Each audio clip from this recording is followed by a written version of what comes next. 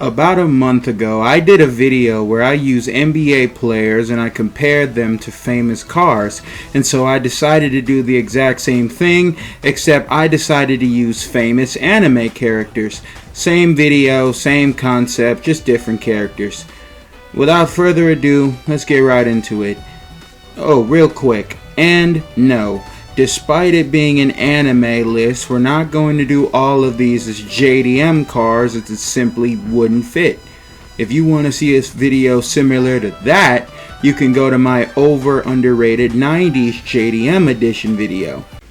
Goku is the anime OG. He is the greatest anime character of all time, as well as the most well-known anime character of all time. Goku had paved the way for Japanese animation, and it was Goku who really honestly put anime on the map for the entire world. There's not a soul on this planet that has not heard of Dragon Ball Z, and there's definitely not a soul on this planet who hasn't heard of Goku. You all saw this coming, man. Goku's best match is the Toyota Supra Mark IV. The Supra is honestly the most well-known JDM car of all time, and whether or not it's the greatest, I'll leave that to the public's discretion. Regardless, the Mark IV Supra paved the way for the newer generation of JDM cars. Just like in anime, it's the exact same way. A symbol of peak performance and beloved all over the world, Goku, like the Supra, constantly evolves and pushes limits with a legacy that transcends generations. Dragon Ball Z came out almost 30 years ago, and people are still talking about it and holding newer generation anime to its standard of greatness. The same way that automakers are constantly trying to make a car that lives up to the hype of the Mark IV Supra. Again, it's been 30 years, yet people still look at that car and they say, God, if I could get my hands on that car. That is a different level of greatness. That is GOAT status. Naruto, another pioneer and a member of the Big Three and 2000s anime, and easily one of the greatest anime ever made. Not to mention, Naruto is the first anime I ever watched. The loudmouth knucklehead ninja, Naruto Uzumaki, did not have it easy by any means, but he was built for the struggle. He clawed his way to the top, making friends and converting enemies to friends along the way, and he finally had dreamed his ultimate goal of becoming the Hokage, which is why I think he best represents a Subaru WRX STI. This is probably going to throw a lot of you guys for a loop, but after thinking about it, it honestly makes sense. It's a perfect rally build that's good for going off-road, can handle rugged terrain thanks to its all-wheel drive system. It makes more sense than you think. Rough around the edges, but built for endurance and greatness. The WRX is fast, it's scrappy, and it thrives in chaos. Just like Naruto, rising from the ranks of underdog to legend. In the show, Naruto was constantly underestimated and looked down upon, just to constantly pull upset after upset, proving allies and enemies wrong and showing just how far a failure can truly go. Easily one of the most inspiring and greatest storytelling masterpieces to have ever graced the earth, Naruto and the WRX are truly a match made in heaven. Another pioneer in anime, as well as a member of the 2000s Big Three, we have Ichigo Kurosaki, a bad boy rebel who was forced to be a savior. Ichigo was really a normal kid until he ran into Rukia, a Soul Reaper. From then on, Ichigo learned that he was half Soul Reaper, and so he used those powers, killing Hollows, and growing his power, fighting stronger enemies until he becomes one of the strongest in the verse. An unpredictable badass. The story is pretty similar for the RX-7. Overlooked, underrated, but a badass in its own way. A pioneer for the rotary engine and an icon in the JDM scene. Unconventional engine, high revving spirit, just like Ichigo's unique heritage and fighting style. Both of them are unpredictable, powerful, and iconic in both the tuner scene and the Soul Society. From the moment he stepped onto the screen, Satoru Gojo could not be ignored. His eyes, his strength, his aura.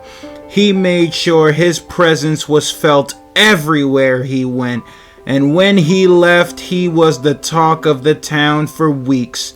He talked his shit, and his ego was huge, but he was able to back it up every single time. The same story with the Lamborghini Aventador. Breaks necks everywhere it goes, as its presence never goes unnoticed. Flashy, powerful, and impossible to ignore.